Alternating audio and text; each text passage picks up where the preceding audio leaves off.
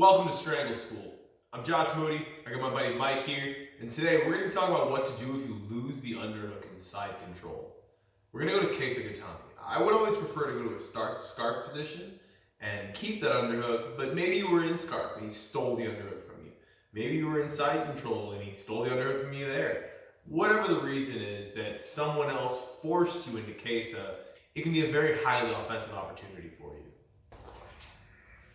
No strings attached. I have no strings, which you see, there are no strings on me. Alright guys, so I started good side control. I've got a cross face. I've got my knee blocking Mike's hip. I've got my elbow by his floating rib. My butt's nice and low, so I'm not getting rolled. But Mike does a good job of framing, and he's able to fight me for this underhook.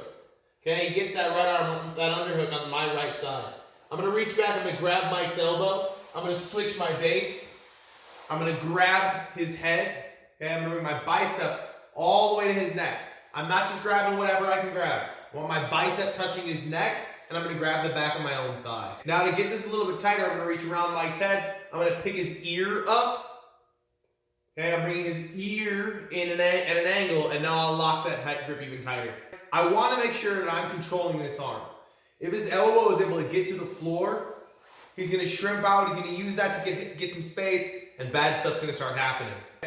If his hips start coming to me, that's another sign that bad things are going to start happening. I have to start moving on. I have to start attacking him, or I need to switch positions. I start framing on my head. That's going to be bad for me.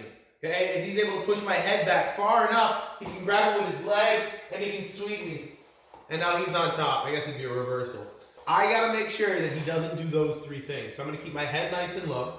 I'm going to straighten my lead leg past his head. That way if he tries to bridge me forward, that foot's in the way. My rear leg can do a couple of things. It can come in close, and I can use my knee to help me block his arm here, or my thigh can help me block this arm. Sometimes, if I think he's going to bridge me, my leg will go wide, like dead weight, and then it's harder for him to pick me up. I like to kind of float between those two positions. If you don't know what to do with your leg, put it behind you at a 90-degree angle. So you're going to build yourself a nice little 90-90. So that's half swastika. 90 degrees at both knees, 90 degrees from one thigh to the other thigh, and that's going to keep my weight on him. In order to actually add pressure to him, I'm going to slide a piece of paper under my butt cheek. So I'm going to pick him up, I slide that piece of paper, and I'm going to stay here with all my weight on Mike. So I've got Mike in side control, and Mike's able to get this underhook right here. Oh, snap, he got that underhook.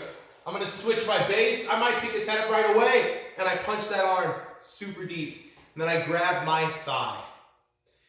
I can do these types of things by like holding his shoulder with both hands, or underhooking and like locking my hands. But this one-on-one, this is an open circle, right? He can slip through this space between my hand and my thigh.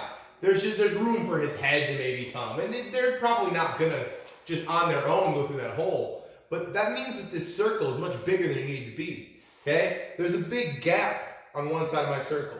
As soon as I grab my thigh, I close that circle.